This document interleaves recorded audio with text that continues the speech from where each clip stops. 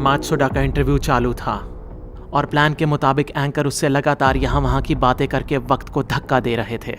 दूसरी तरफ हमारी पूरी टीम कार में लगे कैमरास की मदद से लगातार हिगुची को देख रही थी। हिगुची की नजर साकुरा टीवी से हट नहीं रही है, इसका मतलब समझ रहे हो ना लाइट? हिगुची बहुत टेंशन में था। अचानक वो रैम से पूछता है कि क्या करना चाहिए। रैम पूछती है कि किस बारे में बात कर रहे हो। रैम? ये रैम कौन है?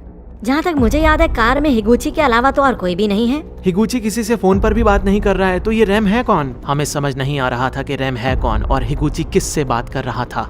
रैम हिगुची से कहती है कि उसे योशिडा प्रोडक्शन में जाना चाहिए और फाइल ढूंढकर उस बंदे का असली नाम जानने के बाद उसे खत्म कर देना चाहिए। हिगुची उसका सही नाम जानने के बाद बाकी लोगों को मारने की भी बात करता है, जैसे मीसा को, उसके मैनेजर को और डायरेक्टर को भी। ये सब सुनकर मीसा को धक्का लगता है। चिंता मत करो, वो बाकी सबको मारने के बाद मात्सुडा को मारने के बाद कर रहा है। हिगुची लगातार रैम से बात कर रहा था। इस तरह उसको बात करते हुए देख हम सबका दिमाग खराब होता चला जा रहा था। आखिर वहाँ पर है कौन जिससे हिगुची बात कर रहा है, और ये रैम है कौन? अगर वो अभी किसी से बात कर रहा है और वो हमें नहीं दिख रहा है तो मुझे लगता है कि वो और किसी से नहीं बल्कि किसी शिनिगामी से बात कर रहा है लाइट।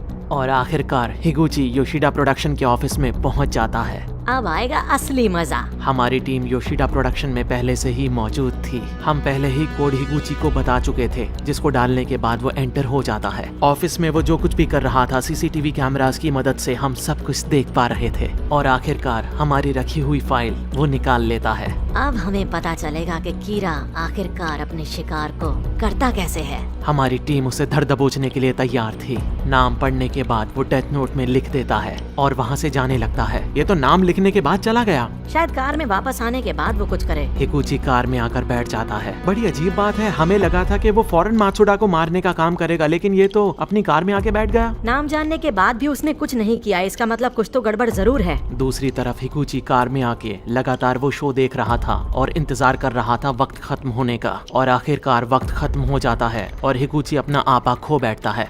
हिगुची खुद से सवाल पूछता है कि ये मरा क्यों नहीं। क्या उसने बीच रास्ते में कहीं पर मात्सुडा को मारने की कोशिश की थी लाइट? मैंने तो ऐसा कुछ नहीं देखा रियोजाकी। मेरी कुछ समझ में नहीं आ रहा, आखिर वो कौन सा तरीका है जिससे हिगुची लोगों को मारता है। हिगुची अपना फोन निकालता है। अब ये किसको फोन कर रहा है? मुझे लगता है ये मीसा को फोन कर रहा होगा।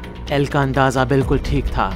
हिगुची मीसा को ही फोन कर रहा था और मीसा ने दोबारा फोन काट दिया था। हिगुची के सारे ऑप्शंस खत्म हो चुके थे। अब उसके पास सिर्फ इकलौता चारा बचा था और वो था अपनी आधी जिंदगी रैम को दे देना और बदले में शिनिगामी आइज ले लेना। और हिगुची रैम से ये डील कर लेता है। हिगुची कौन सी डील की बात कर रहा है? ये तो आने वाला वक्त ही बताएगा लाइट। अगर हमने हिगुची को अभी मारा तो हम पता नहीं लगा पाएंगे कि वो कैसे मारता है। हिगुची रैम से डील कर लेता है और उसके पास शिनिगामी आइज आ जाती हैं। हिगुची बहुत तेज कार चला के निकल जाता है, लेकिन उसके पीछे एक ट्रैफिक कॉप पड़ जाता है। ट्रैफिक पुलिस ऑफिसर उससे लाइसेंस और गाड़ी के पेपर्स मांगता है। हिगुची उस ऑफिसर का नाम देख लेता है और उसे डेथ नोट में लिख देता है। हिगुची उसका नाम लिखते ही गाड़ी भगा लेता है और वही होता है जिसका डर था। ट्रैफिक पुलिस ऑफिसर बीच में ही मारा जाता है। वो मारा गया, लेकिन कैसे? हिगुची ने सिर्फ अपने हाथ को अपने बैग में डाला था। बैग में डाल के आखिर उसने ऐसा क्या किया जिससे उस ट्रैफिक पुलिस ऑफिसर की मौत हो गई? क्या अब हिगुची के पास भी सेकंड कीरा की तरह सिर्फ चेहरा देखकर मारने की ताकत आ गई है? टीम ध्यान से सुनो, अब हम और इंतजार नहीं कर सकते, जल्द से जल्द उसे गिरफ्तार कर लो। लेकिन ध्यान रहे उसके पास सेकंड कीरा की तरह ताकत है चेहरा देखकर किसी को मार देने की, इसलिए तुम्हें जो भी करना है जल्दी करना होगा, ठीक है? हिगुची इस ताकत को पाने के बाद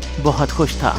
एल एनपीए चीफ से बात करता है। वो उन्हें बताता है कि अब कीरा की आइडेंटिटी के बारे में वो जान चुका है। वो उन्हें ये भी बता देता है कि कीरा सिर्फ चेहरा देखने के बाद मार सकता है, इसलिए कोई भी पुलिस ऑफिसर कीरा के पास ना ही जाए तो बेहतर रहेगा। अब एक काम और करना है। एल मीसा को हथकड़ियां लगा देता है और उसे पूरी तरह बांध देता है। मुझे पता नहीं था कि तुम हेलीकॉप्टर भी चला सकते हो रियोजाकी। हेलीकॉप्टर और प्लेन चलाना तो मेरे बाएं हाथ का खेल है लाइट। हिगुची योत्सुबा ग्रुप के मेन ऑफिस जा रहा था। योत्सुबा ग्रुप के मेन ऑफिस में जाने की वजह ये थी कि हिगुची को मात्सुडा का चेहरा एक बार फिर से देखना था ताकि वो उसका नाम जान सके। मेन ऑफिस में पहुंचने के बाद हिगुची को पता चलता है कि टेप्स को पहले से ही साफ कर दिया गया था।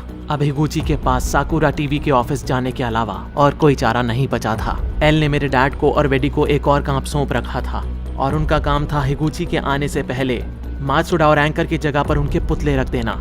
और आखिरकार हिगुची साकुरा टीवी के ऑफिस में पहुंच जाता है। मोगी और आइबर भी साकुरा टीवी के ऑफिस पहुंच चुके थे और उनके चेहरे पर हेलमेट था। और हिगुची फाइनली शूटिंग रूम में पहुंच जाता है, लेकिन वहां पर पुतले देखने के बाद उसके पैरों के नीचे से जमीन निकल जाती है। हेलमेट में पहुंची टीम ने हिगुची को चारों तरफ से घेर लिया था। सारी टीम को टिंटेड हेलमेट्स में देखने के बाद हिगुची के पास बस अब एक चारा बचा था और वो था उन पर फायर करने का।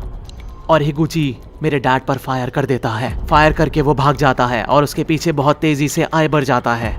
ये बहुत गलत हो रहा है। वो इस वक्त साकुरा टीवी से निकल रहा है। अब सिर्फ एक चारा बचा है, हमें फोर्सफुली उसे गिरफ्तार करना पड़ेगा। हिगुची के पीछे सारी टीम लगी हुई थी। तभी हिगुची को अपनी आंखों के सामने सैकड़ों पुलिस की गाड़ियां नजर आती हैं। पुलिस की सारी गाड़ियों के आगे टिंटेड ग्लास लगे थे। हिगुची ये समझ चुका था कि ये उसको फंसाने की चाल थी। हिगुची पुलिस को चकमा देकर भागने की पूरी कोशिश करता है, लेकिन उसे चारों तरफ से घेरा जा चुका था। अब उसके पास गिरफ्तार होने के अलावा और कोई चारा नहीं बचा था।